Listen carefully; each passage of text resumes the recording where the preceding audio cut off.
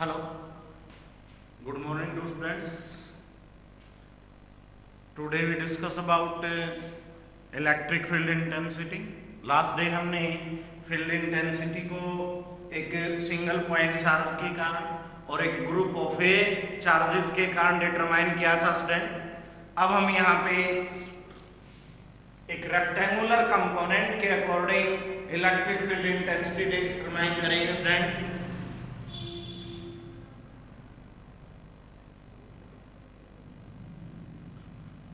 Rectangular components of electric field intensity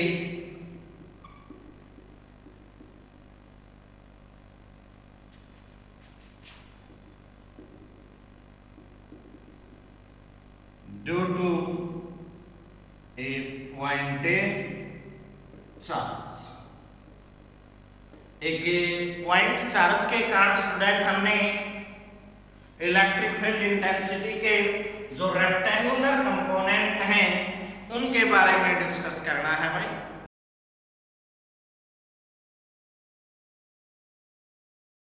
rectangular component का meaning क्या होता है? जब हम एक प्लेन के अंदर लेके आए तो एक्स वाई कोऑर्डिनेट उस पार्टिकल के पोजीशन को स्पेसिफाई करते हैं। तो वहां पे एक्स एक्सिस और Y axis are perpendicular to each other, जिसको हम उसका रेक्टेंगुलर कंपोनेंट के नाम से जानते हैं स्टूडेंट। अगर हम एक 3D केस लेके चले भाई,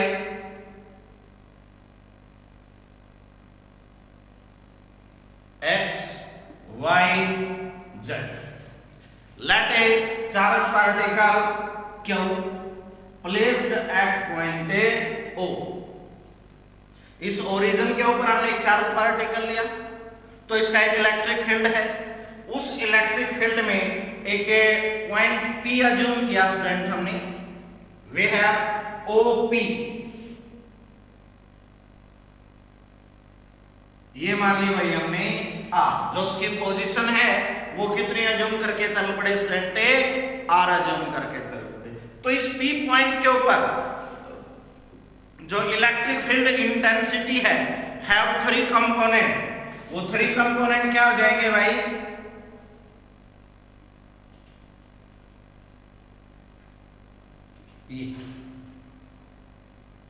along x axis let E x, along a y axis let A y, along z axis let A E z। तो ये हो जाएंगे हमारे। तो अब इस पॉइंट के लिए जो हमारा रेक्टेंगुलर कंपोनेंट केस है ये हो गया भाई, this is the rectangular component.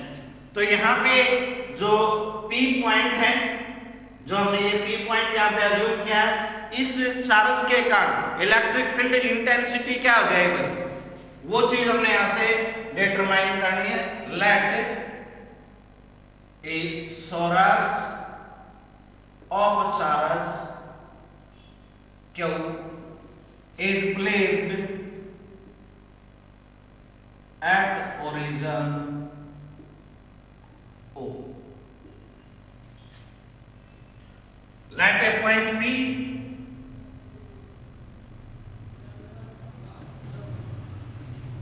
in xy plane, we have OP is equal by R। जहां पे OP कितना है? R है। जहां पे हमने इलेक्ट्रिक फील्ड इंटेंसिटी डिटरमाइन करनी है। Electric field intensity can be determined, जहां पे हमने इलेक्ट्रिक फील्ड इंटेंसिटी को स्टूडेंट से डिटरमाइन करना है। तो एक चार्ज के कारण जिसकी पोजीशन R है भाई, फील्ड इंटेंसिटी क्या आ जाए? सो E। तो इस P पॉइंट के ऊपर इलेक्ट्रिक फील्ड इंटेंसिटी क्या है स्टूडेंट हमारी? फार्मूला क्या आपका 1/4πε0 Q by R square, R unit vector. और यहां से इस आर को आप जो कोऑर्डिनेट कंपोनेंट है उस फॉर्म में क्या लिख सकते हो भैया, r is equal x i cap plus y j cap plus z k cap. जो हमने आई जे के जो ये इंडिकेट किया ना स्टूडेंट, आई कैप जे कैप के कैप, इसका मीनिंग क्या है यहाँ पे, unit vector along x axis. जो यूनिट वेक्टर है हमारा वो कंपोनेंट क्या लेके चलते हैं भाई हम, आई कैप, अलोंग वाई एक्सिस जे कैप, अलोंग जेड एक्सिस के कैप। तो जो आई जे के हैं हमें वो डायरेक्शन के बारे में बताते हैं भैया। अगर आप बात करते हो आई एक्सिस मींस एक्स एक्सिस के लिए अगर कहो तो यूनिट वेक्टर क्या आएगा उसके लिए आई कैप, y के लिए भाई जे कैप, z के लिए भाई के कैप। तो इस केस में हमारा जो r है, और आपने +1 के अंदर यूनिट वेक्टर पढ़ा था भाई एज यूनिट वेक्टर। तो यूनिट वेक्टर क्या आ जाएगी, शाबाश, r, ये जो कैप लगाते हैं ना इसको बोलते हैं friend unit vector, which is the ratio of a vector quantity to its magnitude. आप मैग्नीट्यूड को दो फॉर्मों में लिख सकते हो, यूं भी लिख सकते हो और सिंपली आर भी लिख सकते हो। तो यहां से आपका वेक्टर आर किसके इक्वल आ जाए भाई, सो वेक्टर आर, इसको इस साइड उठा लें तो आर यूनिट वेक्टर है आर। ये आगे भाई हमारी एक वेक्टर है कंपोनेंट क्वांटिटी। तो अगर आपने इसका मैग्नीट्यूड निकालना होता भाई, देखो इसके लिए वेक्टर आर के लिए मैग्नीट्यूड जो क्या कहलाता है भाई, आप आर भी लिख सकते हो। तो मैग्नीट्यूड कैसे निकलता है भाई, जो गिवन क्वांटिटीज हैं उसका square and under the root. जैसे मान ले हमने 5 के लिए मैग्नीट्यूड निकालना भैया, तो 5 का स्क्वायर करेंगे 25 और उसी का रूट निकालेंगे दैट इज 5। अब रूट निकलता है तो प्लस ए माइनस लगाते हैं। जब हम बात करते हैं भाई मैग्नीट्यूड की, magnitude always be a positive quantity. तो आर इसके लिए मैग्नीट्यूड वैल्यू क्या आ जाए भाई हमारी, x square plus y square plus Z square under the root. अब आई जे के यूनिट वेक्टर होते हैं, यूनिटी का मीन सिंगल 1, तो आई इंटू में आई 1, जे इंटू में जे 1, के इंटू में के 1। तो यहां से हमारी जो वेक्टर आर है वो किसके इक्वल आ जाएगा भाई, x square plus y square plus Z square under the root. तो हमारा जो इलेक्ट्रिक फील्ड इंटेंसिटी है, सो आप E को क्या लिख सकते हो भैया, E is equal 1/4πε0 Q by R square. अब इस यूनिट वेक्टर को क्या लिखें भाई, एक vector quantity by its magnitude, यानी कि vector R by R, that is क्या हो जाएगा भाई क्यू। तो 1/4πε0 Q vector R by R a cube.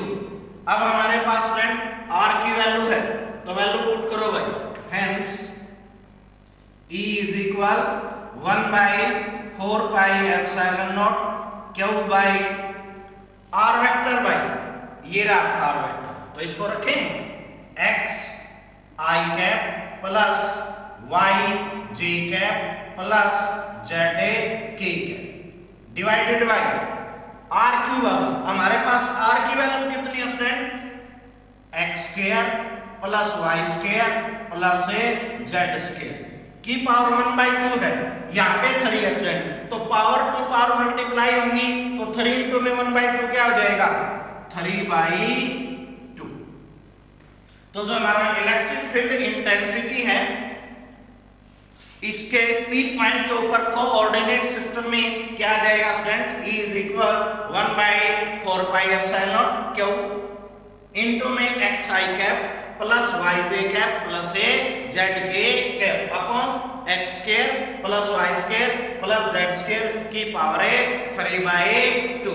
अब जो E है हमारे इन टर्म्स ऑफ कोऑर्डिनेट क्या आ जाए, यानी कि इस पॉइंट के ऊपर जो हमारी इलेक्ट्रिक फील्ड इंटेंसिटी आई है, ये हो गया ना इलेक्ट्रिक फील्ड इंटेंसिटी E, वो इस P पॉइंट के ऊपर 3 पॉइंट्स के अंदर डिस्ट्रीब्यूट हुई है। तो क्या आ जाए भाई, सो E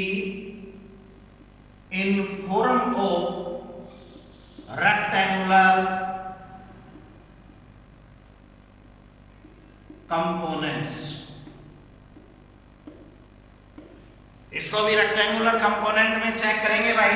तो E इज इक्वल क्या है स्टूडेंट, शाबाश, EXi cap plus EYJ cap plus EZA K cap.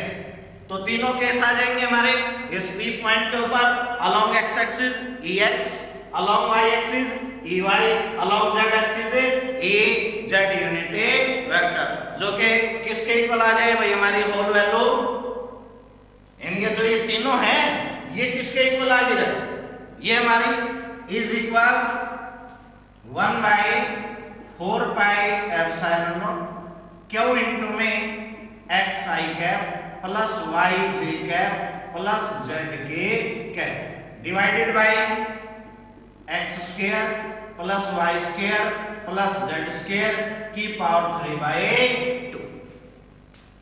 तो जो हमारे P पॉइंट के ऊपर इलेक्ट्रिक फील्ड इंटेंसिटी के component EXi cap plus EYJ cap plus EZA K cap is equal 1/4 pi epsilon not Q xi plus yj plus zk upon x square plus y square plus z square की power 3/2। तो अगर हम इसको in form of x y और z show करें तो भाई हम इसको और क्या लिख सकते हैं फ्रेंड, ये जो फॉर्म है ना आपके, इसको आप यूं भी लिख सकते हो 1/4 pi epsilon not Q x upon x square plus y square plus z square 3/2 into में i के, यानी कि अलोंग x एक्सिस का कंपोनेंट आ गए प्लस y केस में भाई 1/4 pi epsilon not Q y upon x square plus y square plus z square की power 3/2 into में भाई y के साथ कोऑर्डिनेट कंपोनेंट क्या स्टूडेंट हमारा, शाबाश जी, plus 1/4 pi epsilon not Q z upon भाई x square plus y square plus z square और z के साथ क्या भाई k। तो i j k तीनों फॉर्म्स में अलग अलग कर दिया। अगर हमें इसको i j के अलग अलग इलेक्ट्रिक फील्ड इंटेंसिटी डिटरमाइन करें, हम कंपेयरिंग करके चलें, comparing coefficients of i j k, comparing coefficient of i j and k, i j के कंपोनेंट को कंपेयर करेंगे भैया, तो i कैप में EXi ये चीज कैंसिल होगी, तो क्या रह जाएगा आपका, सो EX, देखो यहाँ पे EXi था, ये i वाला कंपोनेंट, तो i कैप से i कैप, तो EX इज इक्वल क्या आ जाए भाई 1/4 pi epsilon not Q x divided by x square plus y square plus z square 3/2। अगर बात करो भाई आप y के लिए तो EY, तो यहां पर क्या आ जाएगा स्टूडेंट QY, तो EY is equal 1/4 pi epsilon not QY upon x square plus y square plus Z square की पावर 3/2 और z के लिए भाई Ez is equal 1/4πε0 QZ upon x square plus y square plus z square की power 3/2।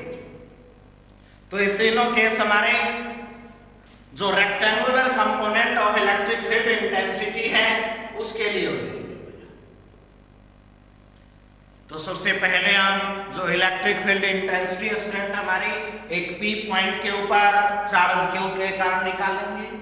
फिर हम उसके लिए जो पोजीशन वेक्टर आर है हमारा उसकी वैल्यू पुट करेंगे।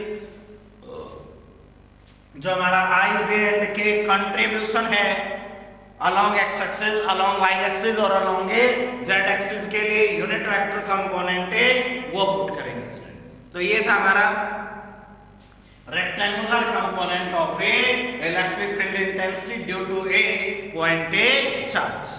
next आता स्टूडेंट हमारा physical significance of a electric field।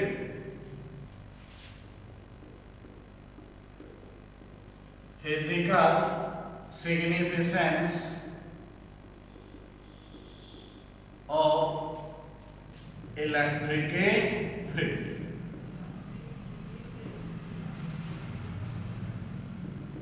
तो स्टूडेंट फिजिकल सिग्निफिकेंस का मीनिंग क्या है भाई? यहाँ पे जब हम बात करते हैं इलेक्ट्रिक फील्ड की, लास्ट डे हमने एक पॉइंट चार्ज के लिए इलेक्ट्रिक फील्ड प्रोवाइड किया था, उसके अराउंड एक स्पेस जिसके अंदर एक test charge particle force experience करे, वहां तक जिस पॉइंट तक उसने उस फोर्स को एक्सपीरियंस किया स्टूडेंट उसको हमने क्या नाम दिया था? Electric field. तो इस इलेक्ट्रिक फील्ड के लिए फिजिकल सिग्निफिकेंस का मीनिंग हमें ये बताना है कि आपको जो इलेक्ट्रिक फील्ड है वो क्या बताने लग रहा है भाई? बताओ शाबाश। कि अगर एक टेस्ट चार्ज पार्टिकल को किसी सोर्स ऑफ चार्ज के फील्ड के अंदर लेके आए तो वो कितना फोर्स एक्सपीरियंस करता है? How much the force experienced by a test charge particle in the field of a source is the physical significance when a test charge particle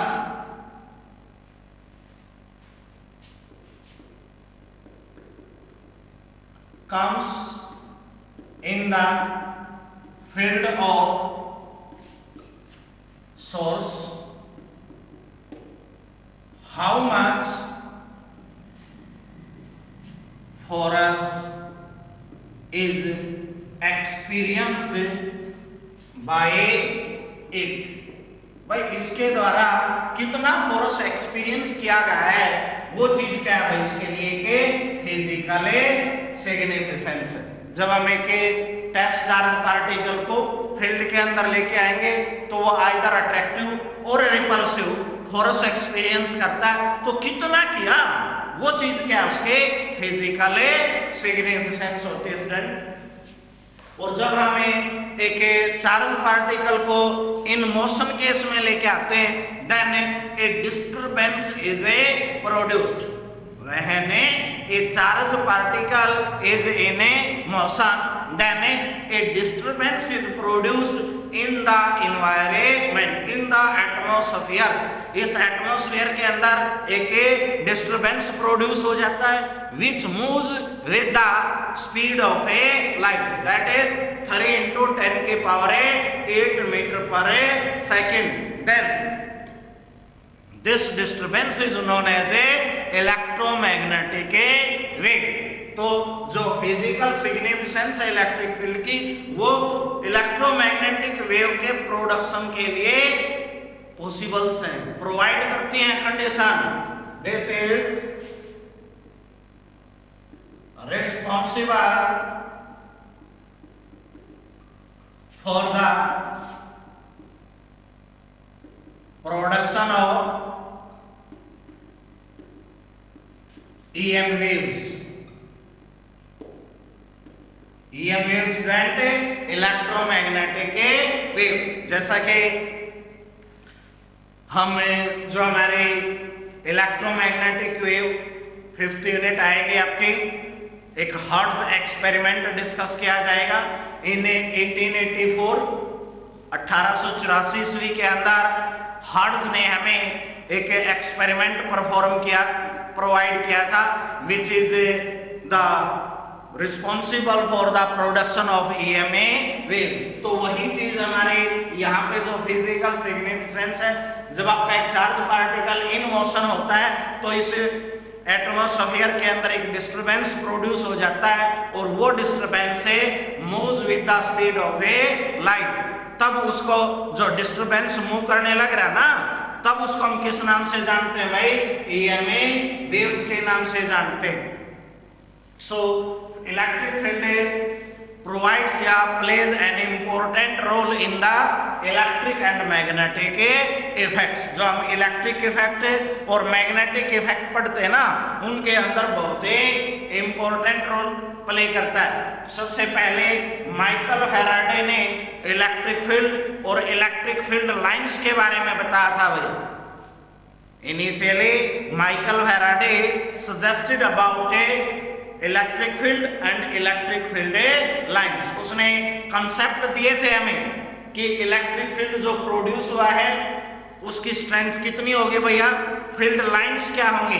तो अब हम जो आगे डिस्कस करेंगे इलेक्ट्रिक फील्ड लाइंस के बारे में पढ़ेंगे भाई, and their properties. Electric field lines and their properties. तो इलेक्ट्रिक फील्ड लाइन क्या होगा भैया? It is a path, curve और ए स्ट्रेट। जब हमें एक सोर्स ऑफ चार्ज और एक टेस्ट चार्ज पार्टिकल लेके चले फ्रेंड, जैसे मान लिया हमने ये आपका सोर्स ऑफ चार्ज है,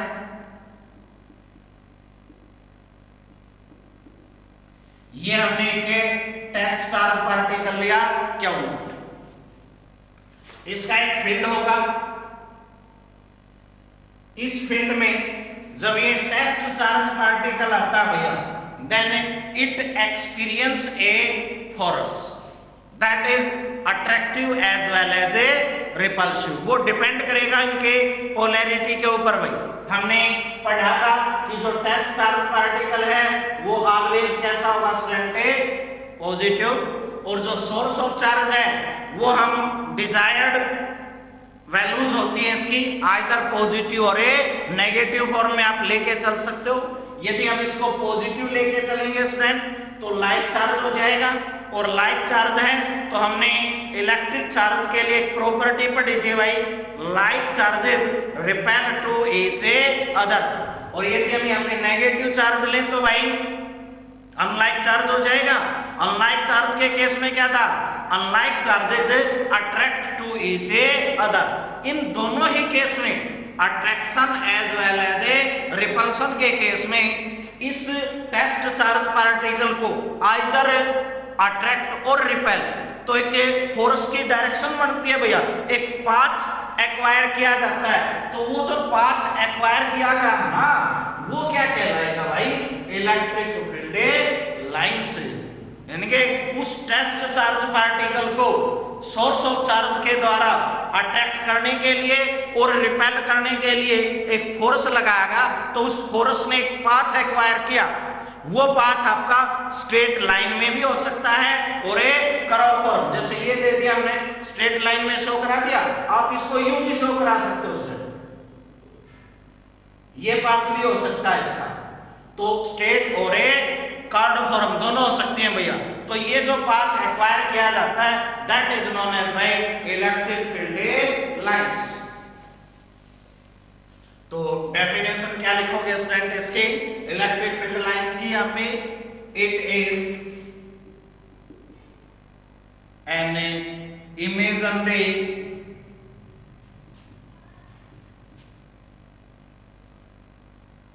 path which may be curved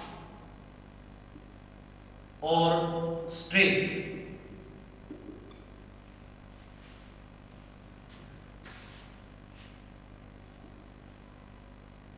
In a region region of electric field. एक इलेक्ट्रिक फील्ड रीजन के अंदर भैया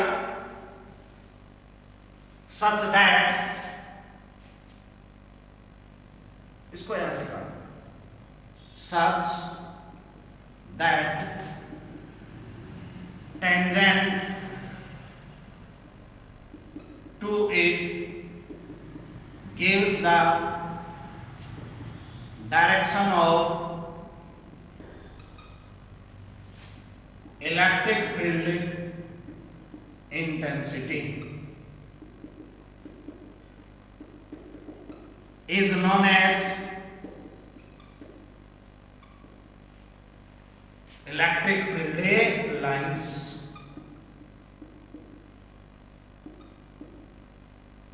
उनको हम क्या नाम देंगे स्टूडेंट? इलेक्ट्रिक फील्ड लाइंस का नाम देंगे भैया। अगर हम एक पॉइंट चार्ज लेके चले तो वहां से एक इलेक्ट्रिक फील्ड सेटअप होता है स्टूडेंट। उस इलेक्ट्रिक फील्ड के किसी भी पॉइंट के ऊपर जब आप टेंजेंट ड्रा करोगे तो वो टेंजेंट आपको इलेक्ट्रिक फील्ड इंटेंसिटी के बारे में बताएगा भैया। Gives the direction of A electric field intensity at that A point, that is known as a electric field lines। they are the representing या पिक्चोरियली हम इनको रिप्रेजेंट कर सकते हैं। अगर हमें चार्ज की पोलैरिटी को रिप्रेजेंट करें भाई, अगर चार्ज आपका पॉजिटिव है या नेगेटिव है तो उस केस में हम इलेक्ट्रिक फील्ड लाइंस को शो कर सकते हैं। Representation of A electric field lines.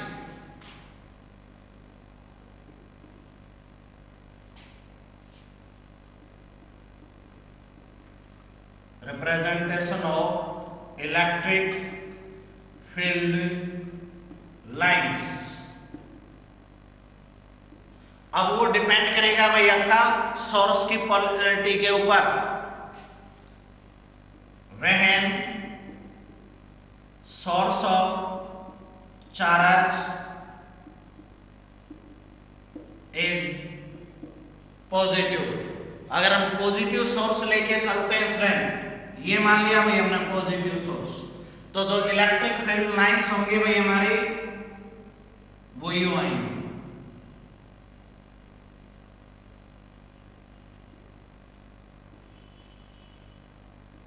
Directed radially outward.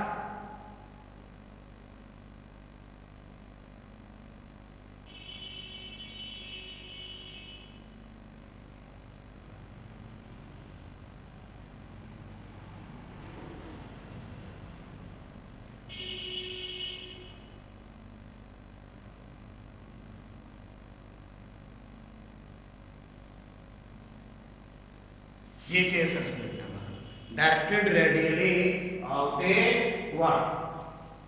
देखो अगर हमारा सोर्स ऑफ चार्ज नेगेटिव हो तो भाई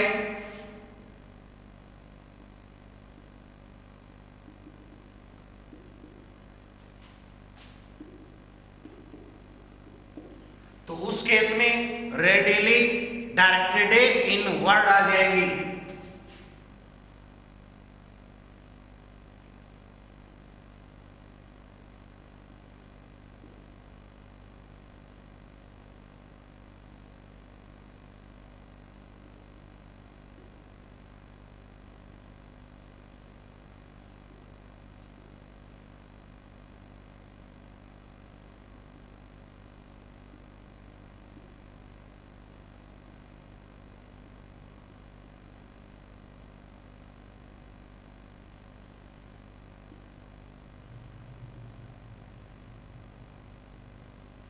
ये केस हो जाएगा।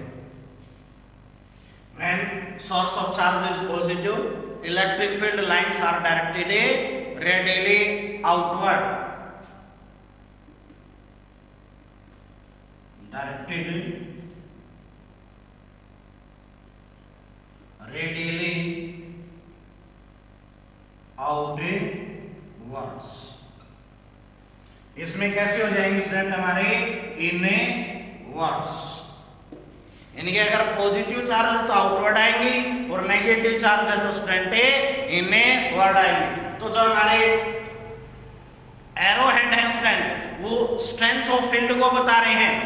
जैसे जैसे आप दूर जाते जाओगे फील्ड स्ट्रेंथ डिक्रीज करती जाएगी।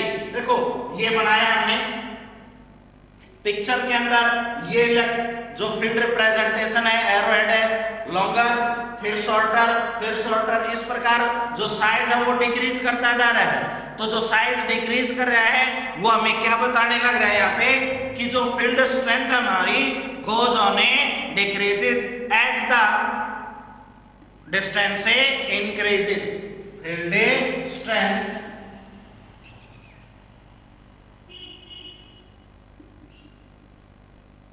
decreases as the distance increases. जैसे ही हमारे डिस्टेंस इंक्रीज करते जाएगी जो फील्ड स्ट्रेंथ स्टूडेंट है वो डिक्रीज करते जाएगी। अब अगर हम एक पेयर ऑफ चार्ज, ये दो बात थी हमारी एक सिंगल पॉइंट चार्ज के कारण, जो ये रिप्रेजेंटेशन आपने दी है वो एक सिंगल पॉइंट चार्ज के कारण दी है भैया। अगर हम यहाँ से एक पेयर ऑफ चार्ज लेके चलें बोथ में बी ऑफ सेम पोलैरिटी और ए अपोजिट पोलैरिटी, तो उस केस में यहाँ पे इलेक्ट्रिक फील्ड की रिप्रेजेंटेशन कैसे प्रोवाइड करोगे? Representation of electric field in case of a pair of charges.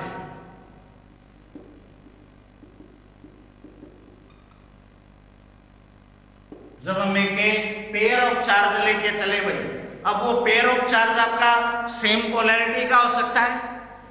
तो केस बनाओ first, when they are of same polarity, mean same charge हो भाई दोनों के ऊपर, पॉजिटिव हो या फिर नेगेटिव हो। अगर हम बात करें भाई पॉजिटिव केस में, ये दो चार्ज पार्टिकल ले लिए हमने, दोनों पॉजिटिव हैं, तो जो इलेक्ट्रिक फील्ड लाइंस की रिप्रेजेंटेशन थी स्टूडेंट हमारे, अब हमने चेक किया था in case of A positive कैसे आई थी स्टूडेंट, आउटवर्ड इन डायरेक्शन, डायरेक्टेड रेडियली आउटवर्ड, और नेगेटिव केस में भाई डायरेक्टेड रेडियली इनवर्ड आई थी हमारी। तो अगर हम सेम लेके चले हैं और दोनों पॉजिटिव केस में है भाई,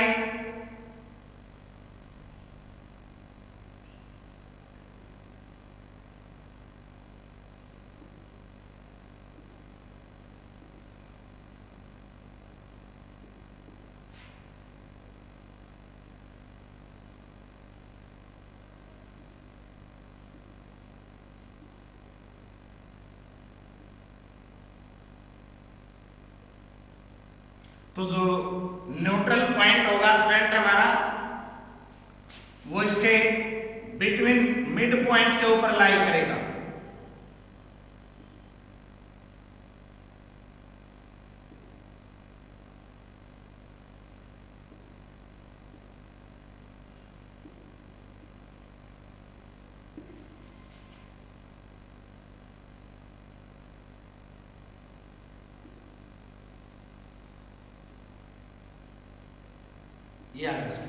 इसको हमने Q1, इसको हमने Q, जब दोनों का सेम मैग्नीट्यूड है student, when Q1 is equal Q2, जब दोनों सेम मैग्नीट्यूड के हैं और सेम पोलैरिटी के हैं स्टूडेंट, तो जो न्यूट्रल पॉइंट है हमारा lies mid of the distance between Q and Q2, and means neutral point lies mid of Q1 and Q2, जो Q1 और Q2 है उसके मिड में लाई करेगा स्टूडेंट। अगर हम यहां से डिफरेंट मैग्नीट्यूड का लेके चले, Q1 ग्रेटर देन Q2 या फिर भाई Q2 ग्रेटर देन Q1 लेके चले, तो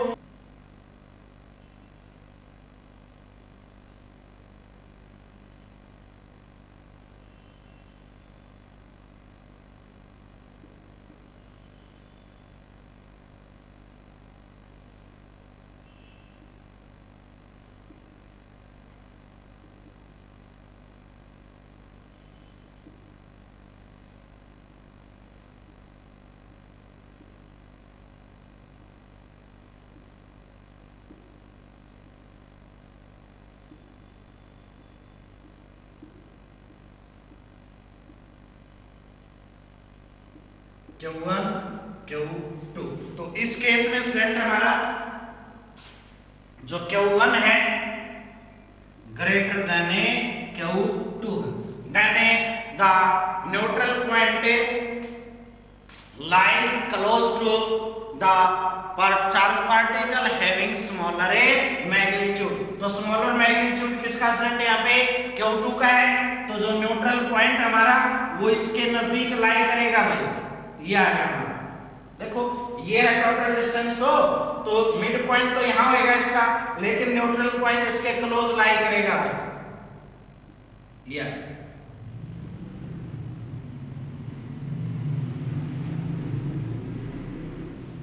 ये तो केस स्टैंड हमारा जब बात सेम पोलैरिटी की करें, हम दोनों पॉजिटिव या फिर दोनों नेगेटिव। अगर दोनों आपके अपोजिट पोलैरिटी के हैं और सेम मैग्नीट्यूड एक्वायर किए हुए हैं, तो उस टाइम पे स्टूडेंट हमारा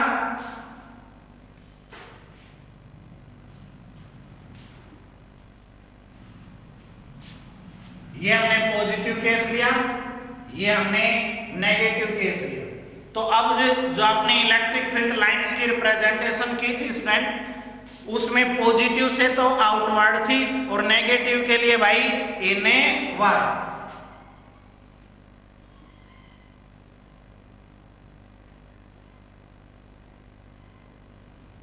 ये आ गया।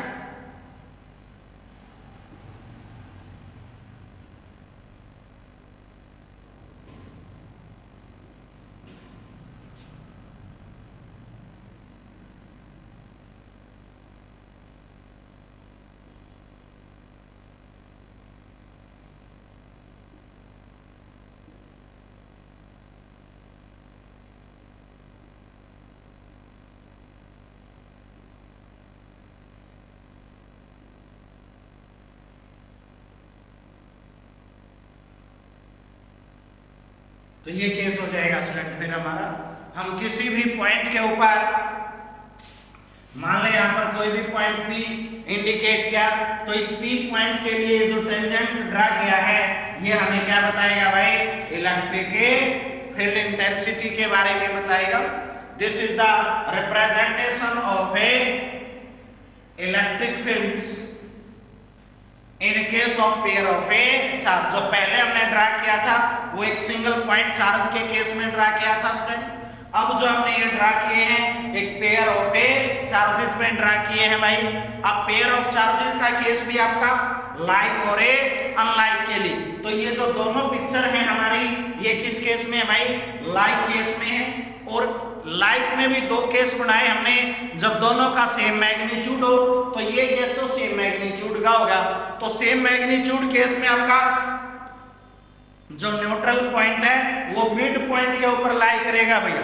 जो Q1 और Q2 को मिलाने वाली लाइन है उसके मिड पॉइंट के ऊपर लाई करेगा। और इस केस में हमारा Q1 ग्रेटर देन Q2 है, तो जो न्यूट्रल पॉइंट है हमारा वो एक स्मॉलर चार्ज पार्टिकल की तरफ लाई करेगा, तो यहाँ पर लाई कर जाएगा, इससे दूर जाएगा। और ये जो हमारी पिक्चर है ये हमें क्या बता रही है स्टूडेंट, जब हम अपोजिट पोलैरिटी के चार्ज लेके चले, यानी कि Q1 और Q2, हमारा Q1 यहाँ पे पॉजिटिव केस में हो गया और Q2 हमारा यहाँ पे नेगेटिव केस में, यानी कि अपोजिट पोलैरिटी है लेकिन मैग्नीट्यूड कैसा स्टूडेंट इनके लिए सेम होता है। These are the representation। अब अगर हमें यूनिफॉर्म इलेक्ट्रिक फील्ड, जैसे यहाँ से आपने फील्ड की रिप्रेजेंटेशन दी है भाई, तो यूनिफॉर्म और नॉन यूनिफॉर्म केस में यहाँ से इसको एक्सप्लेन कर सकते हो भैया।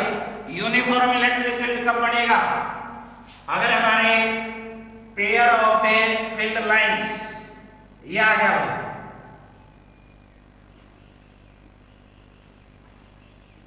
सेम मैग्नीट्यूड की हो भाई और सेम सेपरेशन की हो भाई, तो इसको हम यूनिफॉर्म इलेक्ट्रिक फील्ड के नाम से जानते हैं भाई, यूनिफॉर्म इलेक्ट्रिक फील्ड। एक कैपेसिटर के केस में जो फील्ड क्रिएट होता है वो यूनिफॉर्म फॉर्म में आएगा स्टूडेंट हमारा। ये हमें कैपेसिटर के लिए दो प्लेट ले भाई, पॉजिटिव चार्ज, तो इसके ऊपर नेगेटिव जो चार्ज इंड्यूस होगा वो इक्वल इन मैग्नीट्यूड होता है, सेम अमाउंट में म्यूचुअल इंडक्शन से, तो जो इलेक्ट्रिक फील्ड रिप्रेजेंटेशन आएगी स्टूडेंट वो यूं आएगी इसकी।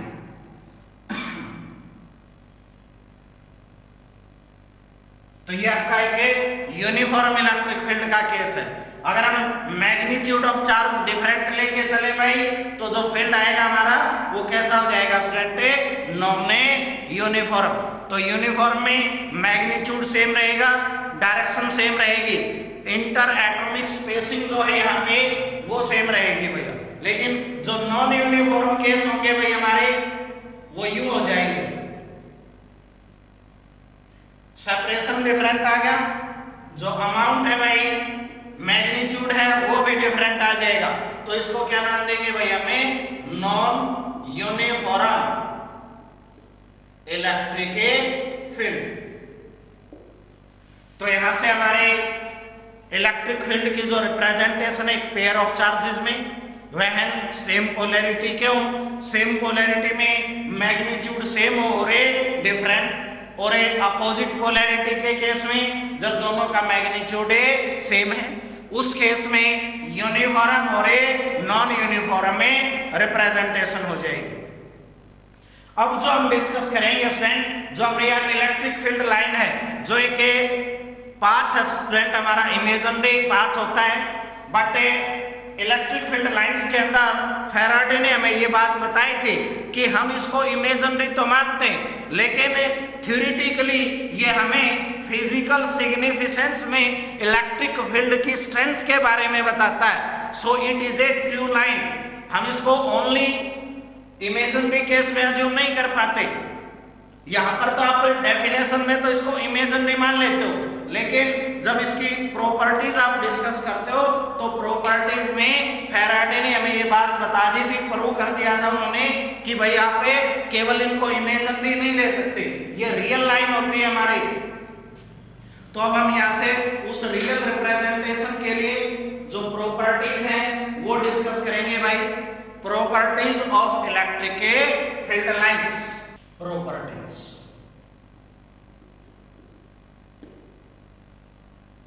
फर्स्ट है भाई, हमने जब डायग्राम शो किया तो वहां से देखा कि वो पॉजिटिव चार्ज से क्रिएट होती है और नेगेटिव चार्ज के ऊपर एंड हो जाता है। Means they are started from positive charge and ending at a negative, so they are a discontinuous in a nature. They are discontinuous in a nature. जो नेचर होता है भाई हमारा वो डिसकंटिन्यूअस होता है। डिसकंटिन्यूअस का मीनिंग क्या है यहाँ पे स्टूडेंट, कंटिन्यूटी नहीं है। कंटिन्यूटी कब होती, पॉजिटिव से नेगेटिव, नेगेटिव से पॉजिटिव, कंटिन्यू आती रहे। लेकिन इस केस में क्या होगा, वो पॉजिटिव चार्ज से जनरेट होंगी और नेगेटिव पॉइंट चार्ज के ऊपर जाके फिनिश हो जाते हैं। So they are a discontinuous. Second property है भाई, they started from positive charge and at negative charge. Positive charge से स्टूडेंट वो चलेंगे, नेगेटिव चार्ज के ऊपर जाके वो फिनिश हो जाएंगे। थर्ड पॉइंट है भाई, अगर हम किसी भी पॉइंट के ऊपर टेंजेंट ड्रा करते हैं तो वो टेंजेंट हमें क्या बताएगा भाई, इलेक्ट्रिक फील्ड लाइंस के बारे में बताएगा। The tangent at any point, the tangent at any point on electric field in a region gives the direction of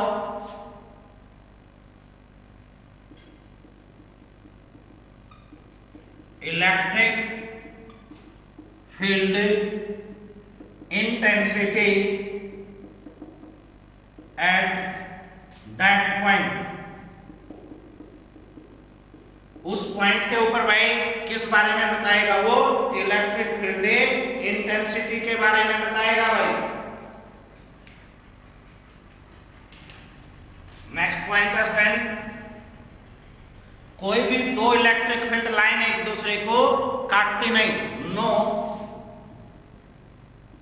to electric field lines can intersect with each other,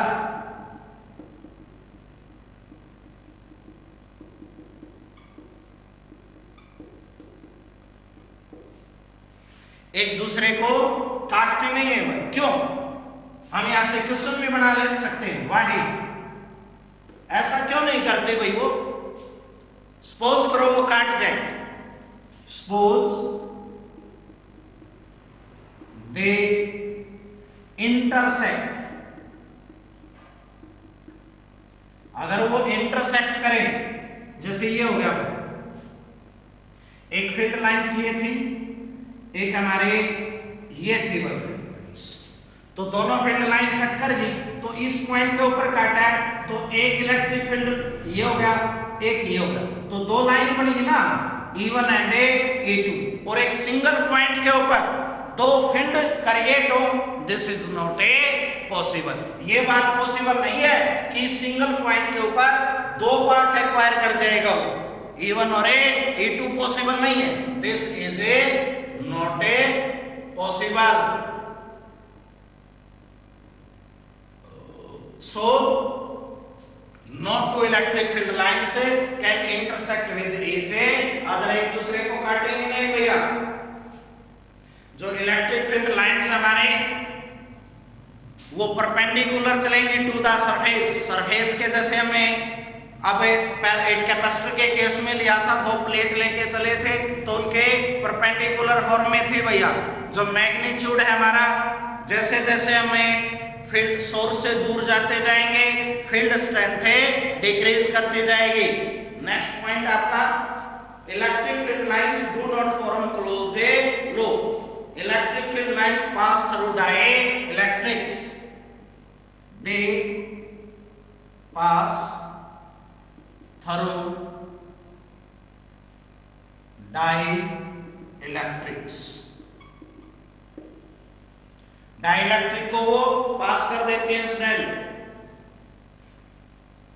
तो यहां से main जो हमारी properties हैं वो ये हो जाएंगी। तो हम अब तक जो डिस्कस कर रहे थे स्टूडेंट, वो एक सिंगल पॉइंट चार्ज के केस में डिस्कस कर रहे थे।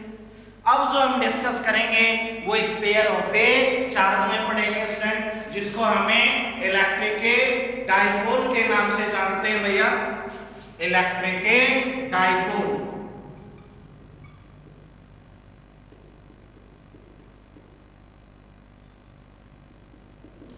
तो इलेक्ट्रिक डाइपोल क्या होता है स्टूडेंट हमारा, डाई मींस टू, पोल जिसके दो पोल हो भाई, दो पोल हैं तो दो चार्ज पार्टिकल भी लेके चलेंगे हम, plus Q and A minus A Q.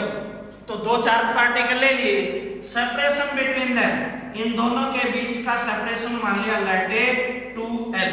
तो ये जो अरेंजमेंट है स्टूडेंट, इसको हम किस नाम से जानेंगे, इलेक्ट्रिक डाइपोल के नाम से जानते हैं।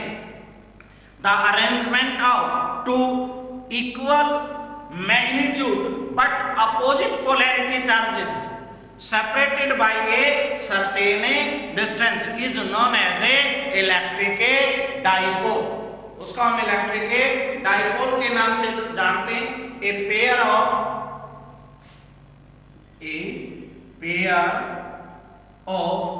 Equal magnitude but opposite polarity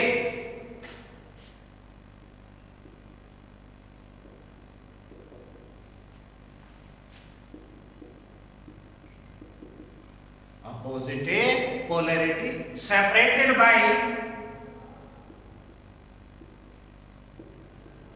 a certain distance to L is known as electric dipole। तो उसको हम किससे जानेंगे स्टूडेंट? इलेक्ट्रिक डाइपोल के नाम से जानते हैं। फॉर एग्जांपल वाटर के लिए H2O में आप एक इलेक्ट्रिक डाइपोल शो कर सकते हो, HCl है, HNO3 है, एटसेट्रा। ये सभी हमारे इलेक्ट्रिक डाइपोल के हैं।